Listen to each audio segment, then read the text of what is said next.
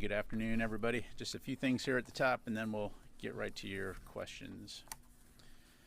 So Secretary Austin hosted Czech Republic Minister of Defense Jana Černochová today at the Pentagon. The two leaders discussed the bilateral relationship and signed the Defense Cooperation Agreement to further strengthen our defense ties, enhance NATO operations, advance transatlantic security, and protect shared interests and values. Secretary Austin and Minister Černochová also discussed a broad range of bilateral and regional issues to include Ukraine security assistance and condemned Russia's brutal war of choice in Ukraine.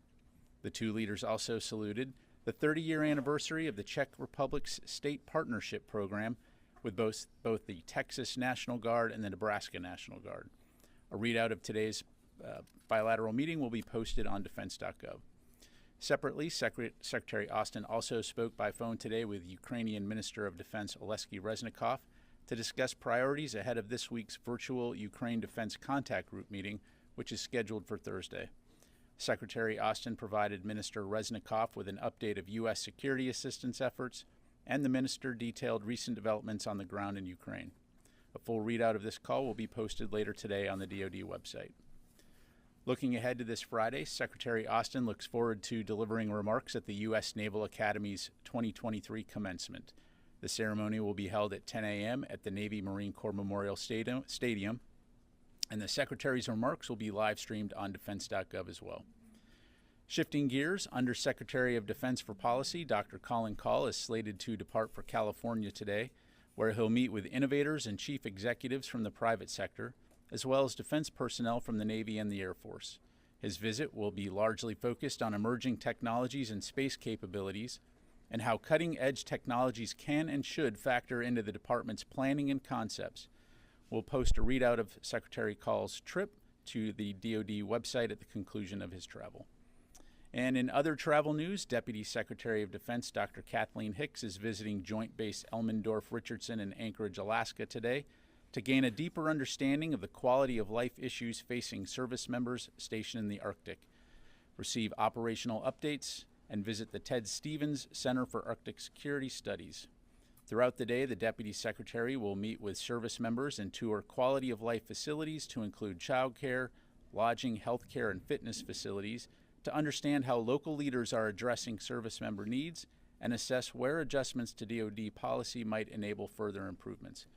These quality of life assessments are part of a wider community-based approach to improving mental health and reducing harmful behaviors like suicide. She'll also receive operational updates from 11th Air Force and 11th Airborne Division commanders.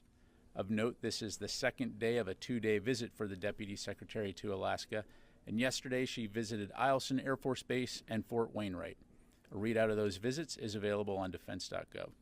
And finally, on behalf of Secretary Austin, the department is pleased to announce the appointment of Mr. Rexon Ryu as the newest member of the Defense Policy Board, which is designed to provide independent advice and recommendations on matters concerning defense policy to the Secretary. Mr. Ryu is president of the Asia Group, board chair of the Asia Group Foundation, and co-host of the Tea Leaves podcast. He has more than 25 years of experience working in global diplomacy, national policy making, and executive leadership. And with that, I'll be happy to take your questions. We'll go to Associated Press, Lita. Thank you. Two things, Pat. One, the Secretary spoke with the Defense Minister today. Can you give us a sense of what the U.S. assessment is of the conditions on the ground in Bakhmut? Just any sense that the U.S. has as to who's in control and how much control Russia actually has of that area. And then secondly, can you provide us at this point any additional details on the F16 training, et cetera? Is there any assessment yet on where the training would take place? Would it be on a U.S. base? And would the U.S. have to provide any, I guess, additional assets or anything anywhere for that? If you could just fill us in on any details at all on some of that. Okay. Thanks, Lita. So in terms of Bakhmut, obviously we'll let the Ukrainians speak to the specifics of their operations and the particular situation on the ground, which I will note does remain very dynamic. I will say that even if Russia has taken ground in Bakhmut, we do not assess that it is a strategic gain and that Russian forces have paid an incredibly high price in terms of lives and capability. Meanwhile, our assessment is that Ukraine's defenses in the areas surrounding Bakhmut remain very strong. In terms of the F-16s, what I can tell you is that training will take place outside of Ukraine at sites in Europe.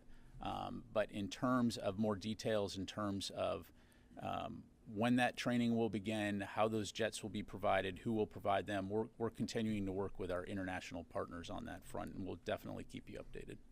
But do you have a sense? I'm sorry. Do you have a sense whether the U.S. will at least be providing some training assets, whether it's simulators or anything, and is it likely to be on sort of one of the bases where the U.S. is already routinely doing training? Again, we're working through those details with our partners, and we'll provide them once we have more available. I don't have more to provide today. We go to Laura and then Jen. Thank you. Just following up on both of Lita's questions. Thank you. Thank you. On Bakhmut, can you confirm for us that Russia has taken the city? You sort of kind of skirted around that point, and then I have a second question on F-16s.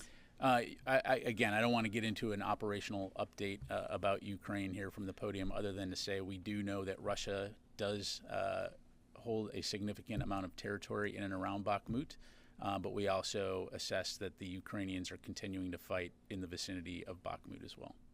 And then on the F-16s, just want to try to pull the thread a little bit here, because obviously the U.S. would have to green light any transfer of aircraft. So can you say anything about what would be the U.S. role in any kind of training or transfer of aircraft writ large for this kind of program? Yeah, so again, Laura, we're working through those details. As you heard the president say, the United States will participate in terms of supporting an international coalition to help train Ukrainian pilots on the F-16. But in terms of who's specifically is going to provide that training, where it's going to be provided, and how many aircraft ultimately will be delivered to Ukraine, those are all details that are being worked out. Again, in terms of general location, this training will be conducted in Europe, and we'll have more details in the days ahead. Thanks. Thank you. Jen?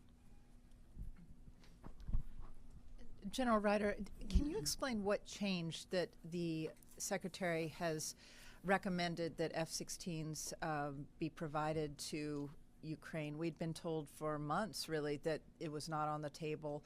What changed? Yeah, so kind of taking a step back, again, as you know, the United States has been very focused on ensuring that Ukraine has what they need to be successful on the battlefield today, right? If they are not successful in their counteroffensive, then everything else is largely a moot point.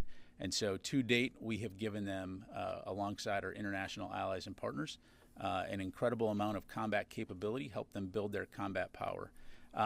That said, we've said all along that we are committed to supporting Ukraine for as long as it takes, both in the near term and in the long term. At the last Ukraine Defense Contact Group in April, and then shortly afterwards, Secretary Austin had received several requests from countries seeking U.S. permission to train Ukrainians on the F-16. So he subsequently took that matter, introduced it into our National Security Council policy process as part of a conversation about how we support Ukraine in the mid to long term in terms of their defense needs. And there was unanimous agreement that this was something that we should and need to support. So prior to the G7, Secretary Austin made the recommendation to proceed with approving allies to train the Ukrainians and transfer that capability. But is it fair to say that these weapons will be ready for future operations but not part of the counteroffensive? Are they going to be trained up in time for this counteroffensive? Yeah, so F-16s for Ukraine is about the long-term commitment to Ukraine. These F-16s will not be relevant to the upcoming counteroffensive. Separately, last question. There are new satellite images showing new progress being made at an underground facility in the center of Iran near Natanz. It's a deeper facility. Supposedly, the images show that it wouldn't be accessible to U.S. conventional weapons. What do you plan to do to stop Iran from using this facility and creating a place where they can enrich uranium to weapons grade? Yeah, thanks, Jennifer. So from a DoD standpoint, I don't have any specifics to provide other than to say that, as you well know, the United States has taken a whole of government approach when it comes to addressing Iran and its nuclear program. And so from a DoD standpoint, we'll continue to work very closely with the interagency to make sure that we're supporting those efforts, which are very focused on the diplomatic front, as you know. And so I'll just leave it at that. Thank you. Mm-hmm. Is it accurate to say that militarily you could not stop them from using this facility? Yeah, I'm not going to get into hypotheticals or talk about specific capabilities that we may or may not have. Tom? Okay, one last more on the F-16. So you do not expect the F-16s to arrive this year? Again, we're working through the details. I'm not going to get into timelines right now. We would hope that we will be able to start the training within weeks or months in the relatively near term. In terms of deliveries, again, we'll keep you updated on that front. But we're going to work closely with our allies and our partners on ensuring that the Ukrainian pilots are trained on the F-16, and then at some point in time, we'll be able to have the actual aircraft. But as far as this year, you can't say at this point whether? I don't want to put a timeline on it. I don't want to give you bad info. So again, we're working through those right now. All right. Thanks. Okay, we go to Oren.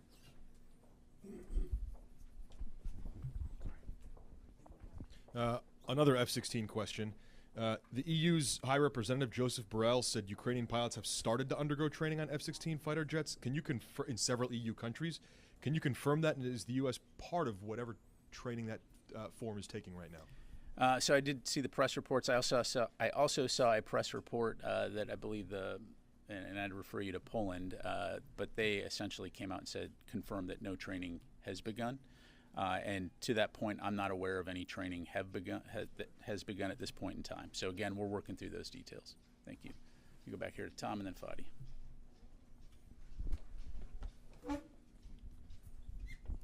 Thanks, General. I have a question on Secretary Hicks's trip to Alaska. I'm curious from a broader perspective how it's determined the timing of these trips. She's in Alaska to survey and study living conditions, including the high rate of suicide up there. She's going in May when the weather's great and when many servicemen and women take the opportunity to go and take advantage of Alaska's natural resources. Why does she not go into wintertime when it's actually more bleak, when the rate of suicide in Alaska bases is higher, and she might get a more thorough opinion of living conditions? Thanks. Yeah, thanks, Tom. So I think it's important, first of all, to look at this holistically. The Deputy Secretary obviously conducts a lot of travel, and in terms of the timing of this visit, this was a good time for her to go and do that. But I would highlight to you that she's not the only senior DoD leader to visit Alaska. There's been a wide variety of senior leaders, to include on the Army and Air Force side, to go there to meet with base officials and to meet with families. We're obviously taking this very, very seriously. Thank you.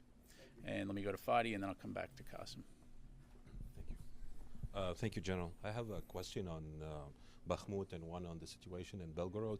So on Bakhmut, I believe you basically said Russia did not gain any strategic outcome from Bakhmut. However, the Ukrainians tried to defend it for almost a year, suffered major losses in equipment and units, to include elite units. From the DoD perspective, which is providing weapons and advice and training to the Ukrainians, did it make sense to defend Bakhmut at this cost? And you think the losses suffered by the Ukrainians will have an impact on their ability to launch the counteroffensive, the so-called counteroffensive? Yeah, thanks, Fadi.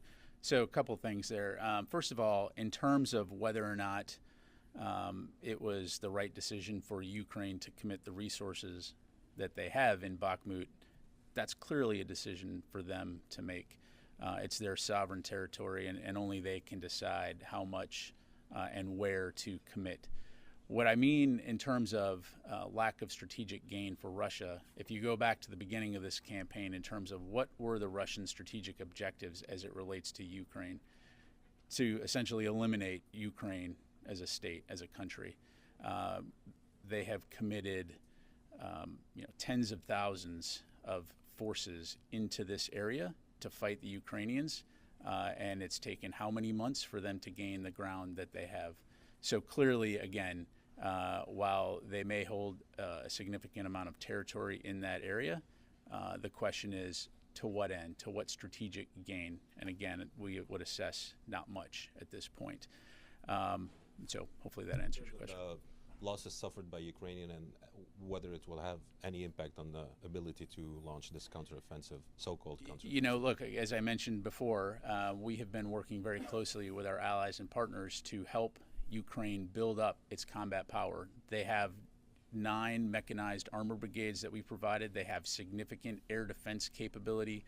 The entire world has come together to ensure that they have ammunition, and importantly, we're also providing training, and we're working very closely with them on sustainment and logistics aspects. So as they prepare to conduct counteroffensive operations, they have got a very strong hand, and we're very confident that they have the combat capability that they'll need.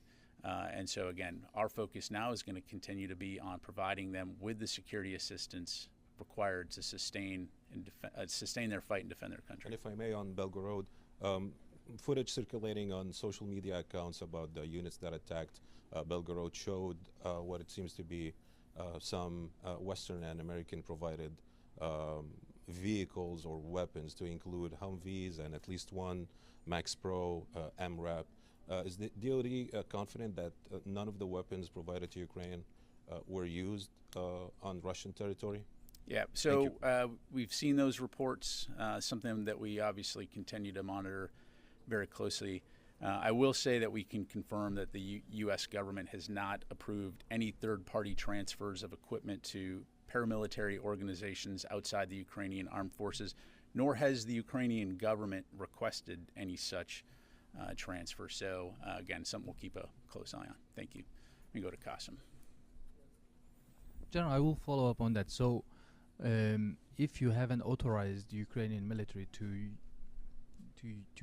give the U.S. provided armored vehicles to the groups associated with the military, then does that mean that there were some diversions of some of the equipment provided by the United States and found their ways into the hands of paramilitary groups that went into the Russian territories? And what's going to be the U.S. response if these footages are authentic? Yeah, thanks, Qasim. So a couple of hypothetical questions there, right? Again, it's something that we're keeping a close eye on.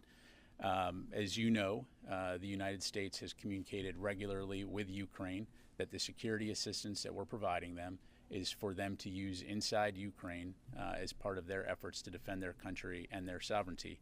I would tell you that when you see imagery like that, again, something we'll look into. I don't know if it's true or not in terms of the veracity of that imagery. I mean, you recall yesterday there were some bogus images of reported alleged explosions at the Pentagon. So, all of us, both within the DoD and I'm sure in the journalistic community, have to take a look at these things and make sure we get the facts before we make assumptions.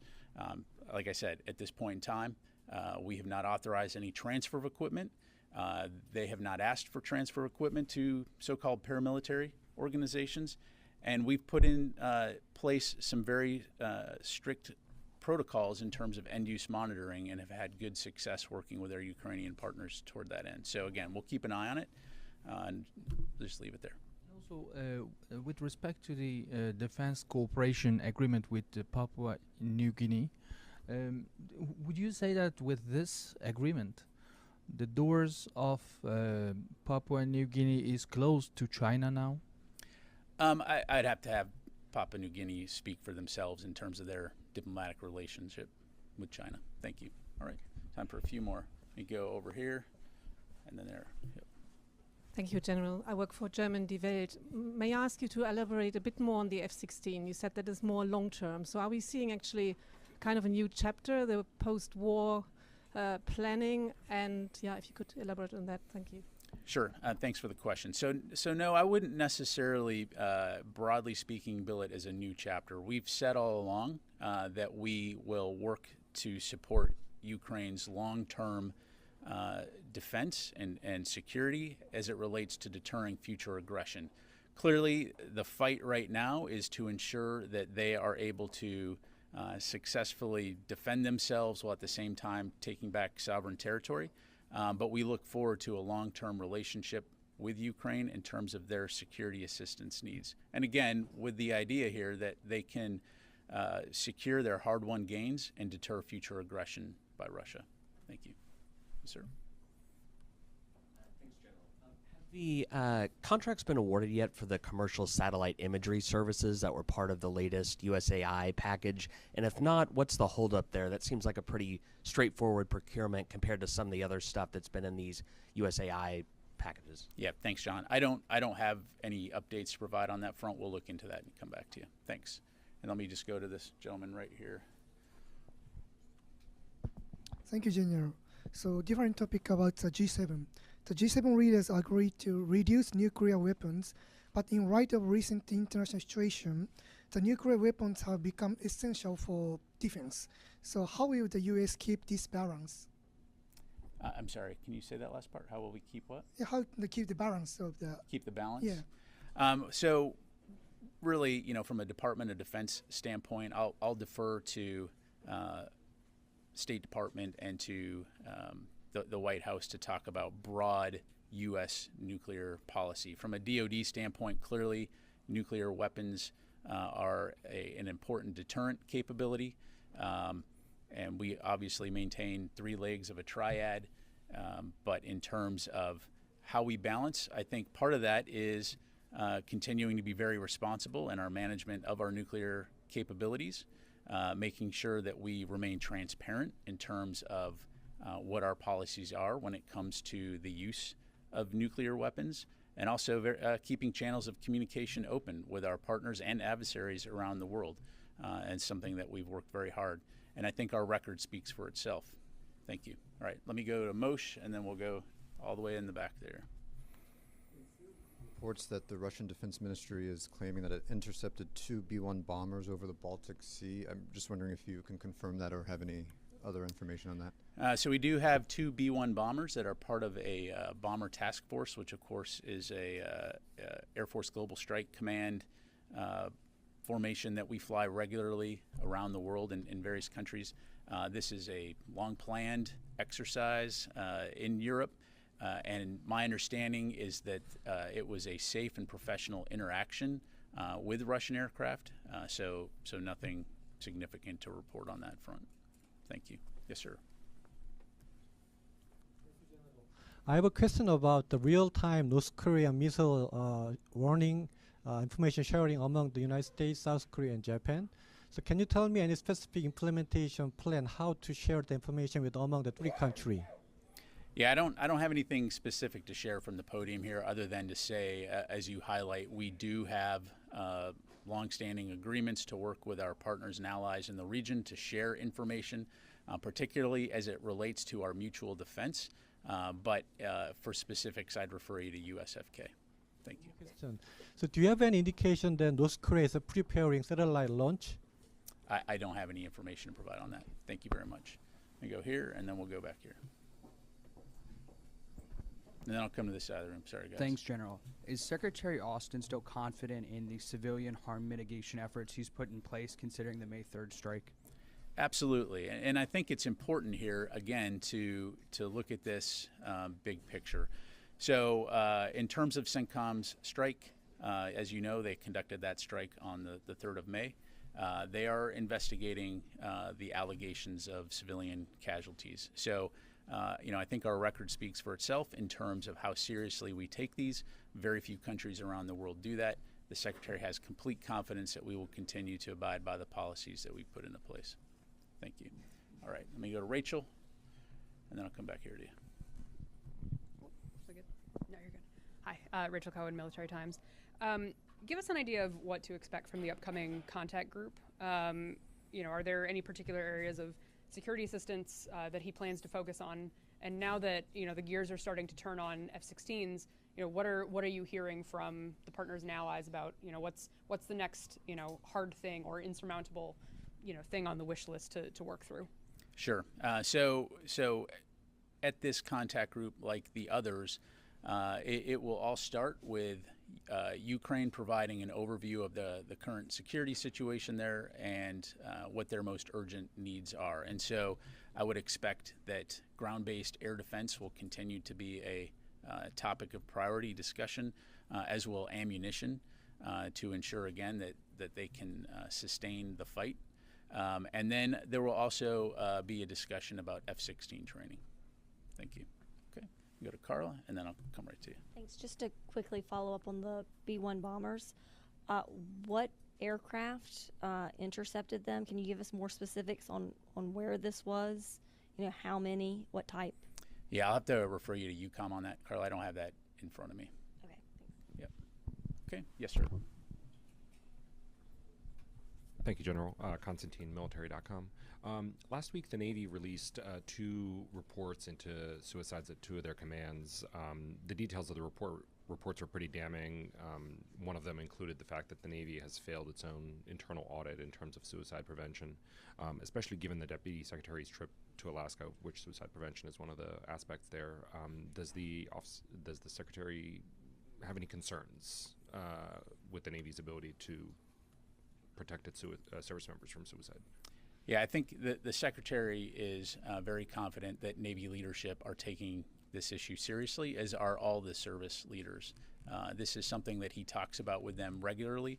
For example, we just recently had a commanders conference, and this was a significant topic of discussion in terms of recognizing that for leaders across the department, this is something that we just have to continue to be very focused on, recognizing that at the end of the day, despite all the equipment we have and all the advanced technologies, people are what matter the most. And so he is very confident that senior leaders throughout the department got that message and that they'll continue to work this very, very actively. Just a quick follow-up. Does he feel that the Navy and all the services have all the resources they need to tackle this problem? I know that he's going to continue to advocate for them and ask them for what they need, and if they feel that there's more that's required, they will come to him. But again, this will not be a topic we ever stop discussing. Thank you very much. Time for a couple more. Let me go here and then go to Louis, and then I'll come back to you for the last question, Qasim. Regarding to F-16s, what assurances do you have from Ukraine that they will not use these F-16s to fire into Russia, their territory, which could widen this war? Thank you. I would just refer you back to the President's comments during his press briefing over the weekend, where he stated that President Zelensky assured him that these aircraft would be used within Ukraine. Thank you. Louis?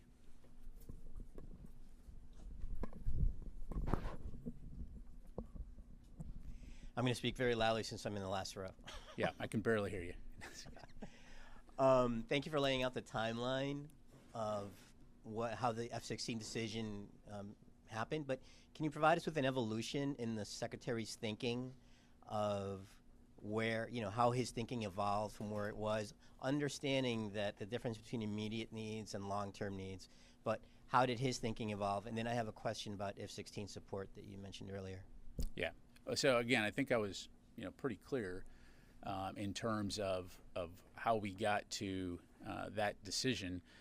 Again, the Secretary from the very beginning has been one of the most staunch advocates for Ukraine and their defense, as demonstrated by the fact that every single month, almost since the beginning of Russia's invasion, he has hosted a contact group to ensure that they have what they need to be able to defend themselves. And again, if you go back to February of 2022, the situation that Ukraine found itself in versus today, I think that demonstrates how Secretary Austin and his counterparts from around the world have been able to come together to ensure that Ukraine can fight today and be prepared to defend their country and take back sovereign territory. When it comes to any type of capability, the key there is making sure that we are focused on getting them what they need to be successful now. And we're at a point in time whereas Ukraine has built up significant defensive combat capabilities, we can now start to talk about things like what their long-term needs are going to be. And also keep in mind, too, that it's not just the United States. And as we look at the dollars that we have allocated to us to be able to provide security assistance for Ukraine, how are those dollars best spent to ensure that they can get the security assistance they need in the immediate term? And so, again, the United States will be working very closely with our allies and partners around the world to look at how we can pool resources, as we've done, not only for the near term, the medium term, but the long term now in the case of F-16s. So one of the things you mentioned at the top was that the U.S. will be providing support for this F-16 training. Does that mean that the United States will provide pilots to train Ukrainian pilots, or is that something that is not on the table? Again, we'll be working through those details, Louis. I think, as a U.S.-built platform, clearly exportability aspects, technology transfer aspects are things that we'll be looking at as well, working with our allies and partners on that front. But again, we'll have much more to follow in the days ahead. So let me go to the last question. Two more. Okay, Qasim, and then we'll come right back here. General, a follow-up on the May 3rd strike. So civilian casualty is one aspect of the story, but there is another aspect. The statement that released was claiming that a senior Al-Qaeda leader was targeted, and we never heard back from the CENTCOM who the leader was. Is there a reason that the U.S. military is not releasing the name of the senior Al-Qaeda leader? I'd refer you to CENTCOM to talk about their release. And CENTCOM is really reluctant in speaking about the leader they were targeting. Could you take the question and then, if possible, come up with the reason why U.S. military is not releasing? Again, Qasim, what I would tell you is that Central Command is investigating the allegation, and when there's more to provide on that front, they'll be sure to do that. Thank you. All right, last question. Yes, sir. Hi, General. Thanks for doing this. Earlier this month, the Air Force released imagery of GBU-57 munitions at Whiteman Air Force Base, I believe it was.